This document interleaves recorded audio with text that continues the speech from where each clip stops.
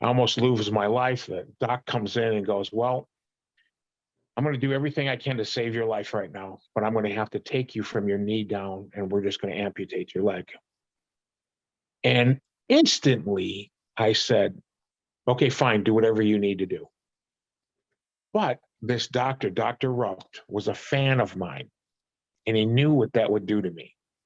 So he literally spent 10 hours, 9 hours in the operating room, taking every piece of my foot that he could and saving it.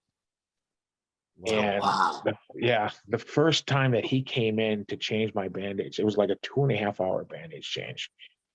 And he just, he did a tremendous job. It took a long time to heal. And I get this phone call from Brian Grooms and I'm still, my foot's still kind of going through it. And I just had gastric bypass. So I have these staple, I'm just, I'm 30 days out. He goes, you want to fight Tank? How old are you at this point? I don't know. It's been, it's probably been 10. So I'm in my early 40s. Okay. And I go, he goes, you want to fight Tank? And I go, yeah, I want to fight Tank. Absolutely. And I got these staples in my stomach still. So my foot, I can't really train because my foot is not perfect anymore. I got these staples in my stomach and, I do the training the best I can to fight Tank. So we go out there and everything was set up. They were going to put it on pay-per-view. We had the auditorium. The other fights were going to happen. Everything was good. And the boxing commission got a hold of Brian Grooms and said, if you throw a fight, so Bernie Pravato, whoever, and goes, you throw a fight, you guys are going to jail. So we didn't know what to do. And I said, well, let's just go fight in the backyard somewhere. And that's how that started. So, right. So Wes Sims, obviously close personal friend of mine, he was telling me, come on up, dude. Ferrozzo and Tank, they're fighting in the backyard. They're fighting like at a bar. So it was like an abandoned bar. Yeah. Somebody posted it online. The athletic commission stepped in, all sorts of threats. So the promoter goes, okay, well, we're going to have to tighten the circle up a little bit. We're not going to listen to the state of Ohio, and we're going to move it to a strip mall. At the strip mall, word got out again. Athletic commission once again comes in. And at that point, Sims actually is really close friends with Brian Grooms, who's the promoter. He wouldn't tell anybody. It was only like family. And like, if you watch the video, it's online, it's on YouTube. The neighbors are peeking over the fence watching two grown men fight. Yeah. Like they fought on leaves. There's a dog barking. I think for several minutes, Tank is, it's old school UFC, 1 10-minute round, 3-minute overtime. You go to your stomach in order to prevent like a pin, like a traditional wrestling move.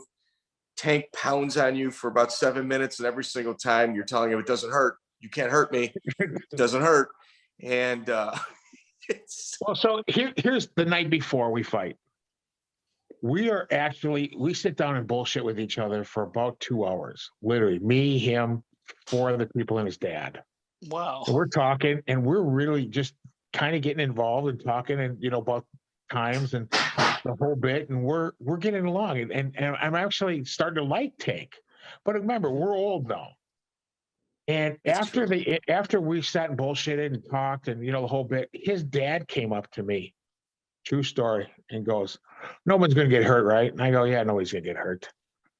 So we fight in the back. Now you see a lot of that's cut out because Tank quit on me twice, and there was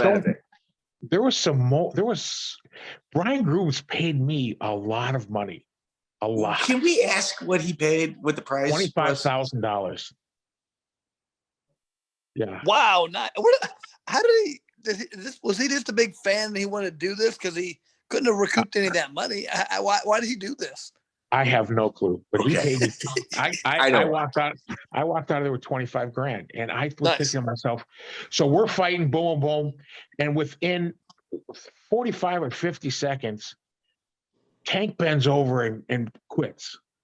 And just before he lets his hand up, I'm about to kick him in his face. And then his dad's voice came into my mind. Nobody's going to get hurt, right? And I said, no. So I backed off and I looked at Brian. I said, no, we'll give him a minute to recover. So we did. We gave him a minute to recover and he got back up and, then we went at it again. All right. So And- Grooms initially wanted to charge $1 a pay-per-view. Check out the full interview on iTunes, Spotify, and all major podcast platforms.